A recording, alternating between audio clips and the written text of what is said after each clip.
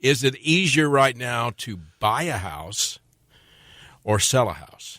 Yeah, she was right on when it comes to talking about there's probably a niche right now for people who want to do short-term leases.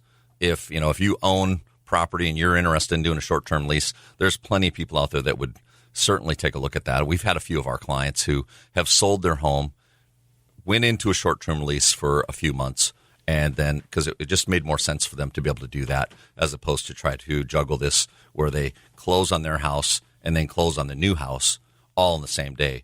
I mean, we see that. We've done that for a long, long time, and sometimes it gets to be so stressful that it just is easier to take that out of the equation, especially if you're, because we're talking about inventories. That's part of the reason that this has become a little bit of a hot topic or a pressure point for people who are looking to sell their home and then make that move is because the inventories are low. It makes it a little harder for people to find exactly what they're looking for, and you hate to just settle. I mean, when you're buying a home, this is not like, you can just trade it in.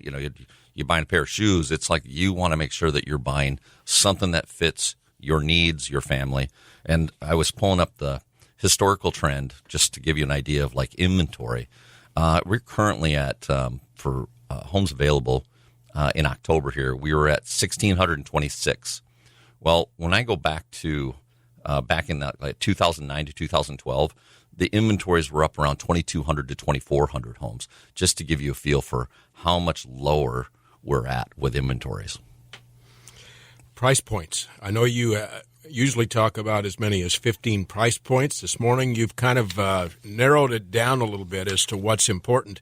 We've got Larry Lutke, who's going to be the new president, if he's not already, with the Real Estate Association. Yeah, I think he's probably. I think he's been installed, or maybe he's coming to be installed here soon. And he's in California this morning, right? Away from it, but he's going to have a chance to rebut what you say. So go ahead.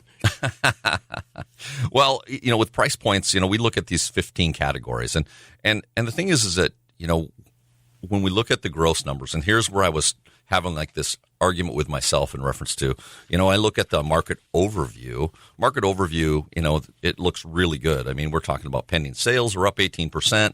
New listings were up 10%, which is good. That helps anybody who's a buyer because we were just talking about the pressure there.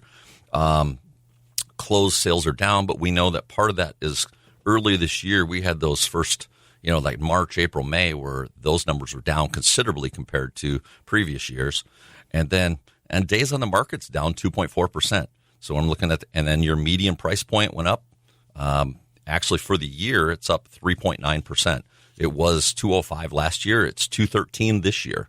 So, that part is, we're seeing pressure that way where the prices are going up. So it's good for homeowners because that means it's an asset. That means they're accumulating wealth, their capital value in homes. It's an asset.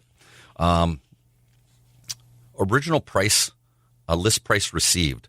Now, that's one thing that we kind of watch so I guess the best analogy, and I always when I'm talking to my clients, I said original price point received, it currently is at 98.5%. Is that good? Really good. Yeah, really good for a seller. The average price point received being 98.5, it just means that, let's just say you have a home that is a $200,000 home. That means on average, you're going to get an offer for $197,000. You're only it's like $1,500 off per $100,000. So that's really good. When I look at like the historical average, when we go back to talking about the high inventory levels back in 2009 to 2012, there was times when the original price point, the percent received was only 94%. So that same $200,000, instead of being 197, is now going to be 192. So that's what with the inventories and that sort of thing. But the market, like when we look at just the averages, the market overview, I have to agree with Jody. Jody, thank you. In respect that overall, I think things look very favorable. I mean, when you talk about interest rates, you're talking about the housing affordability index, that sort of thing. I think we're in for a good this next year. I think Mother Nature, of course, steps in and has a say in what happens sometimes with a few of the factors. But overall, the thing that we look at, and this is the other part where I'm shifting gears a little bit because when I did some of the stats, is we're also looking at how many categories did we see a price increase versus a price decrease? So we noticed that we had a number of categories where we only had, I think 6. No, we had, excuse me. It was about 6 categories where the price increase went up. And we had a couple of categories where the price stayed the same. And then we had 7 categories where the price went down. So all of a sudden, we're kind of paying attention to that number.